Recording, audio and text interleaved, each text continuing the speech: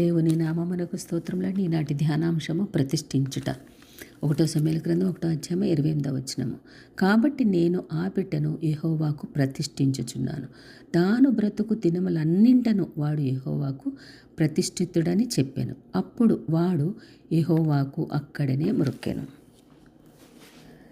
యేసుక్రీస్తు 12 సంవత్సరములలో ఆయన యెరూషలేములో ఉండినప్పుడు, బాబు ఎందుకు ఇలాగ చేస్తున్నావు, నేను మీ నాన్నగారు నీ కోసం వెతుకుచున్నామంటే యేసుప్రభు అన్నారు 12 సంవత్సరముల వయసులో, నేను మా నాన్నగారి పని మీద నేను ఉన్నాను కదా అని ఒకే మాట అన్నారు. సరే ప్రభువా, సరే క్రీస్తు, నీ ఇష్టము, ఇక ఎప్పుడు నిన్ను ఆటంకపరచకమని మరియా యోసేపులు అడగడం మానేశారు. వారు వెళ్ళిపోయారు. మనది ఒక జీవితమే కదా, అన్నింటి కోసం అందరి కోసము మన జీవితాలను కూడా యేసుప్రభువు చేతిలో ఉంచగలిగితే దేవుడు ఆశీర్వదిస్తాడు. కొండ మీద ప్రసంగంలో 5 రొట్టెలు 2 చేపలు ఇచ్చిన వానిని దేవుడు అంతగా ఆశీర్వదిస్తే 2 కాసులు వేసిన ఆమెను ఉత్తమరాలు అన్నాడు కదా. ఒక అత్తరబుడ్డతో కాళ్ళు కడిగిన ఆ స్త్రీని క్షమించి ఆశీర్వదించాడు కదా. మన జీవితములను కూడా మన యొక్క జీవితములను ఆయన చేతుల్లో పెడితే ఆయన మనల్ని కూడా ఆశీర్వదించగలుగుతాడు.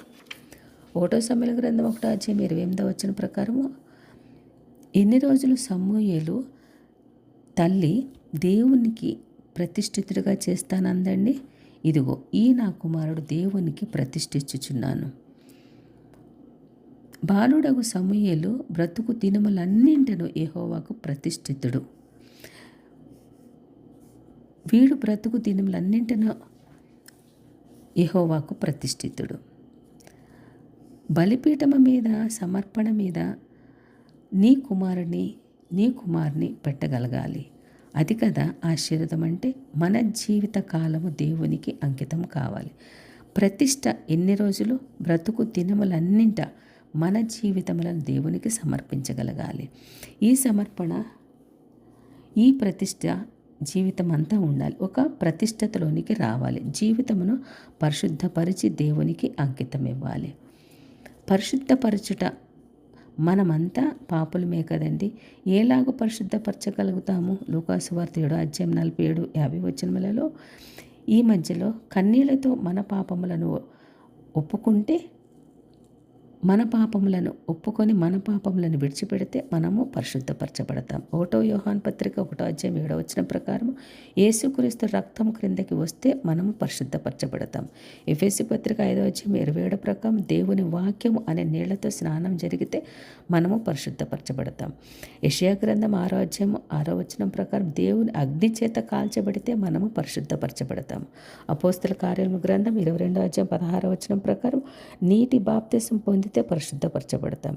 ఆదికాండం 35వ అధ్యాయం 3-4 వచనముల ప్రకారం వెండి బంగారముల వంటి ఆభరణములను వెలుపటి అలంకరణ కాకుండా తీసివేస్తే పరిశుద్ధపరచబడతాం.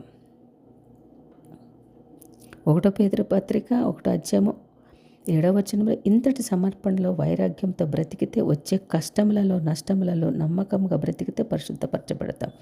ప్రతిష్ట అనగా పరిశుద్ధపరచబడిని దేవునికి అంకితమగుట. పరిశుద్ధపరచబడడం ఎలాగున మన పాపములను కన్నీళ్లతోటి ఒప్పుకొని విడిచిపెట్టాలి. యేసుక్రీస్తు రక్తం క్రిందకి రావాలి. అనగా యేసుక్రీస్తు శిలువలో సమర్పించిన ధారపోసిన రక్తం క్రిందకి రావాలి. వాక్యముతో కడగబడాలి. నీటి బాప్తిసం పొందాలి. ఆత్మ బాప్తిసం పరిశుద్ధాత్మతో కాల్చబడాలి. వెలుపటి అలంకరణ తొలగించి సంపూర్ణ సమర్పణలోనికి రావాలి. శ్రమల వలన పరిశుద్ధాత్మ సంపూర్ణం అవ్వాలి. ఇలాగ పరిశుద్ధతలోనికి వచ్చిన జీవితమును ఏమి చేయాలంటే, లోకము కోసము ప్రయాసపడకుండా, ఘనతల కోసము కీర్తి కోసం ఆశించకుండా దేవుని చిత్తం కొరకు బలిపీఠం మీదకి అంకితమైపోవాలి. దీనినే ప్రతిష్ట అంటారు.